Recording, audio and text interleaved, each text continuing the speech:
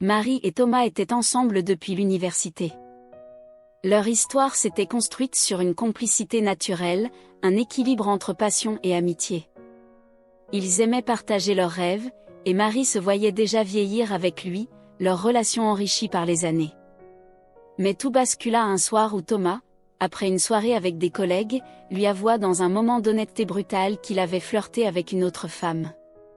Ce n'était qu'un échange de regards, un léger sourire partagé, rien de plus, mais l'image s'imprima dans l'esprit de Marie comme une tache. Ce soir-là, Marie ne trouva pas le sommeil. Elle revoyait les yeux de Thomas, ce léger sourire qu'il réservait habituellement pour elle. Elle ne pouvait s'empêcher d'imaginer cette femme inconnue, et l'idée même que Thomas puisse être attiré par quelqu'un d'autre lui broyait le cœur. Elle se mit à douter de sa propre valeur, à remettre en question des années de confiance et de complicité. Le lendemain soir, submergée par des sentiments contradictoires de colère, de tristesse et d'incompréhension, Marie ressentit un besoin urgent de sortir. Elle enfila une robe qu'elle savait flatteuse, se maquilla avec soin, ajoutant une touche de rouge à lèvres pour rehausser son allure. Ce soir-là, elle avait besoin de se sentir belle, désirée, puissante. Elle voulait oublier cette trahison, même si ce n'était que pour quelques heures. Au bar, Marie commandait son 3e verre lorsqu'elle croisa le regard d'un homme assis non loin d'elle. Il avait une allure mystérieuse, des yeux sombres et perçants, presque magnétisants, et un léger sourire en coin. Il l'observait avec une intensité qui la troubla. Elle lui rendit son regard, et un frisson électrique parcourut sa colonne vertébrale. Cela faisait longtemps qu'elle n'avait pas ressenti une telle attention. L'homme finit par s'approcher, d'un pas calme et assuré. Ses premiers mots étaient polis, anodins même, mais son ton de voix profond, son regard appuyé, et la façon dont il se tenait à quelques centimètres à peine d'elle faisaient naître en Marie une sensation grisante. Ils échangèrent quelques plaisanteries, leurs mains se frôlèrent plusieurs fois. Chaque contact, aussi léger fût-il, était comme une étincelle. La chaleur montait en elle, une chaleur douce, mais intense, qui lui faisait presque oublier sa peine. Puis, dans un geste empreint de douceur, il effleura son bras du bout des doigts. Ce simple toucher était chargé de promesses non dites, et elle sentit ses joues s'empourprer. Sa voix lui parvint, grave et caressante, lorsqu'il lui proposa d'aller prendre l'air. Elle acquiesça, incapable de résister à cette attraction irrésistible. Dehors, sous le ciel étoilé, leurs paroles s'espacèrent. L'homme s'approcha davantage, son regard plongeant dans le sien, et Marie sentit son cœur battre à tout rompre. Elle se savait à la limite du raisonnable, mais l'intensité de ce moment balayait toute rationalité. Elle se laissa faire lorsqu'il lui frôla la joue, un geste tendre et possessif à la fois, et un frisson parcourut son corps. Elle ne se dégagea pas lorsqu'il plaça une main sur sa nuque, approchant ses lèvres des siennes. Elle sentait son souffle chaud sur son visage, chaque seconde rallongeant une tension insoutenable, jusqu'à ce qu'elle cède, plongeant dans un baiser intense, profond. Ils se retrouvèrent dans une chambre d'hôtel toute proche. Les murs semblaient chargés de leur passion naissante, chaque geste, chaque caresse plus intense que le précédent. Il effleurait ses bras, ses épaules, ses mains glissaient le long de son dos avec une lenteur calculée, accentuant chaque frisson qu'il provoquait en elle. Elle s'abandonna complètement, dans un tourbillon de sensations et de désirs qu'elle n'avait jamais ressentis. Le lendemain matin, Marie se réveilla seule dans la chambre, le souvenir de la nuit passée imprégné en elle comme une brûlure. Elle ressentit un mélange de honte et de nostalgie. Alors que la réalité de ses actions l'envahissait, la culpabilité grandissait en elle. Comment allait-elle pouvoir faire face à Thomas ? Elle se rendait compte que ce qu'elle avait cherché dans les bras de cet inconnu n'était qu'une échappatoire passagère, mais les conséquences de cette nuit semblaient soudain bien plus lourdes qu'elle ne l'avait imaginé. Après des jours de tourments et d'indécision, Marie sentit qu'elle ne pouvait plus porter ce secret. Elle aimait encore Thomas, malgré tout, et cette culpabilité empoisonnait chaque instant qu'ils passaient ensemble. Un soir, elle rassembla tout son courage et avoua la vérité. Elle n'omit rien, le regard baissé, la voix tremblante. La réaction de Thomas fut immédiate. Son visage se décomposa, passant de l'incrédulité à la douleur. Il resta silencieux, ne trouvant pas les mots pour exprimer ce qu'il ressentait, puis il se leva et sortit sans un mot, la laissant seule avec ses regrets. Marie passa les jours qui suivirent à attendre des nouvelles de Thomas, l'angoisse pesant sur ses épaules comme un poids insupportable. Elle vérifiait sans cesse son téléphone, espérant qu'il lui enverrait un message, qu'il l'appellerait, qu'il lui laisserait une chance de s'expliquer davantage, de lui dire qu'elle l'aimait toujours. Mais le silence restait lourd, coupant toute possibilité de réparation. Elle regrettait amèrement son geste, consciente que le soulagement temporaire qu'elle avait cherché n'avait fait qu'approfondir la blessure. Une semaine passa sans aucune nouvelle de Thomas. Leurs amis communs évitaient de se mêler à la situation, bien qu'ils aient rapidement compris que quelque chose de grave s'était produit entre eux. Marie se retrouvait seule avec ses pensées, revisitant chaque détail de la nuit où elle avait cédé à la tentation.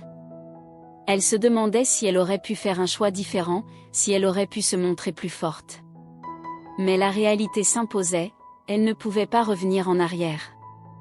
Un soir, alors qu'elle se laissait emporter par ses pensées, une notification interrompit le silence.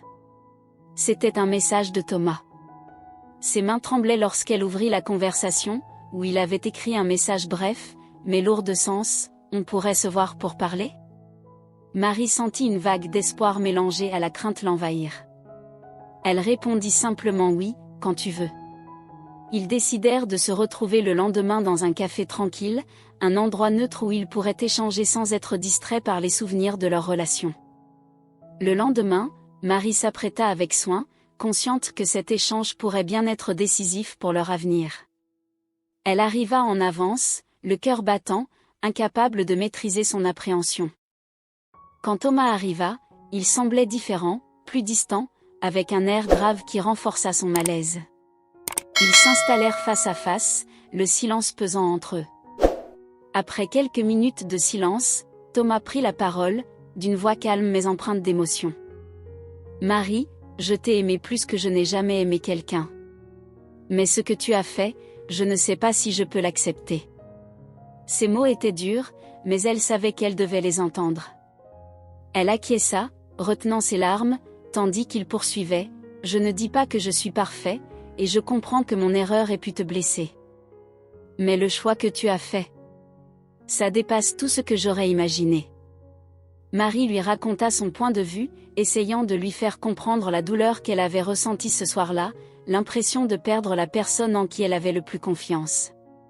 Elle lui expliqua comment cette fragilité l'avait poussée à rechercher du réconfort ailleurs, même si elle en payait maintenant le prix. Thomas l'écouta en silence, son visage marqué par des expressions changeantes de colère, de tristesse, et de déception. Quand elle eut terminé, il baissa les yeux, visiblement perdu dans ses propres pensées. Puis, il leva la tête, et dit avec un soupir: « Je ne sais pas encore ce que je veux faire. Je suis partagé entre l'envie de te pardonner et celle de tout arrêter. J'ai besoin de temps. » Marie acquiesça, respectant son besoin de réfléchir. « Je comprends, Thomas.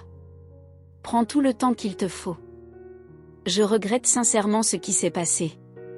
Si je pouvais revenir en arrière, je le ferais. » Ils se quittèrent sur ces mots, sans promesse, sans certitude, laissant leur relation en suspens. Pour la première fois depuis longtemps, Marie sentit que l'avenir lui échappait complètement. Elle savait qu'elle devrait vivre avec les conséquences de ses choix, et que le pardon de Thomas n'était pas garanti. Les semaines suivantes furent éprouvantes, chaque jour ressemblant à une épreuve silencieuse, une attente incertaine. Marie se plongea dans son travail, cherchant à occuper son esprit pour échapper aux pensées qui la hantaient. De temps en temps, elle recevait un message de Thomas, court, poli, mais distant, comme s'il essayait de maintenir une connexion sans toutefois se décider. Finalement, un mois plus tard, il l'appela. Sa voix, douce et posée, la surprit, et elle sentit son cœur s'emballer en l'entendant lui demander si elle voulait le voir.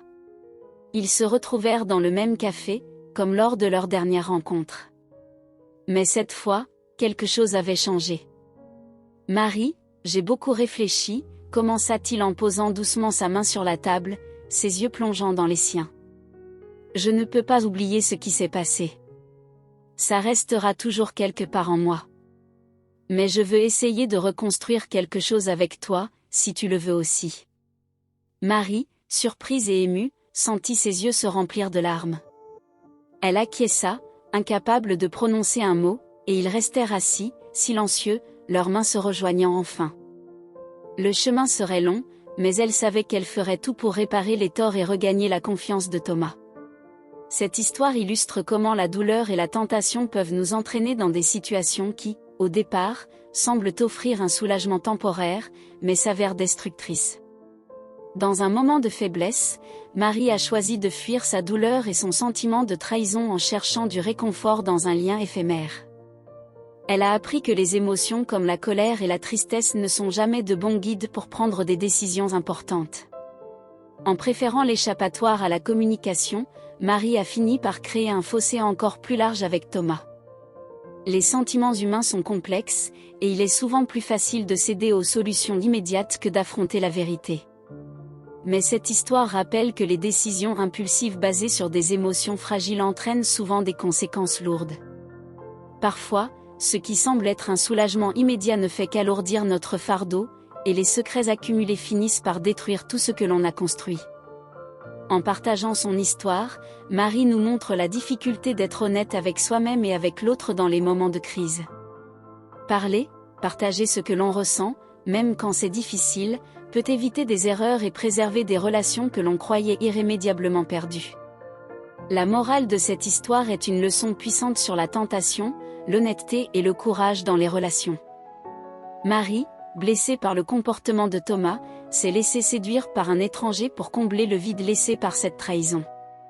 Cependant, son choix de céder à la tentation a eu un coût bien plus élevé que le soulagement momentané qu'elle en a retiré. Quand on est confronté à une situation difficile dans une relation, il est facile de se tourner vers une solution temporaire, comme Marie l'a fait, pour éviter de faire face aux émotions complexes. Mais cette histoire rappelle que la véritable force réside dans la capacité de se montrer honnête avec son partenaire et de discuter des problèmes, aussi douloureux soient-ils. Si Marie avait parlé ouvertement de sa douleur avec Thomas, ils auraient pu trouver ensemble un moyen de surmonter cet obstacle. Mais son choix impulsif de fuir n'a fait que compliquer la situation. Dans chaque relation, il y aura des moments de doute, de tentation et de difficulté.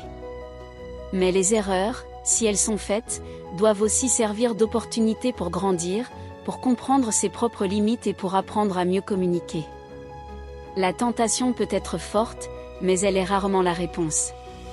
Le respect et la transparence sont des piliers indispensables pour une relation durable. Enfin, cette histoire montre que la vérité finit toujours par se révéler, d'une manière ou d'une autre. Les mensonges et les secrets ne font qu'ajouter un poids supplémentaire à la culpabilité, et cette culpabilité peut détruire la relation, même quand la vérité est révélée. Marie a appris que l'honnêteté, aussi difficile soit-elle, est la seule voie vers la paix intérieure et le respect de soi-même. Cette histoire nous enseigne donc à ne jamais sous-estimer le pouvoir de la communication et à se rappeler que chaque décision que nous prenons, même en temps de crise, peut affecter profondément ceux que nous aimons.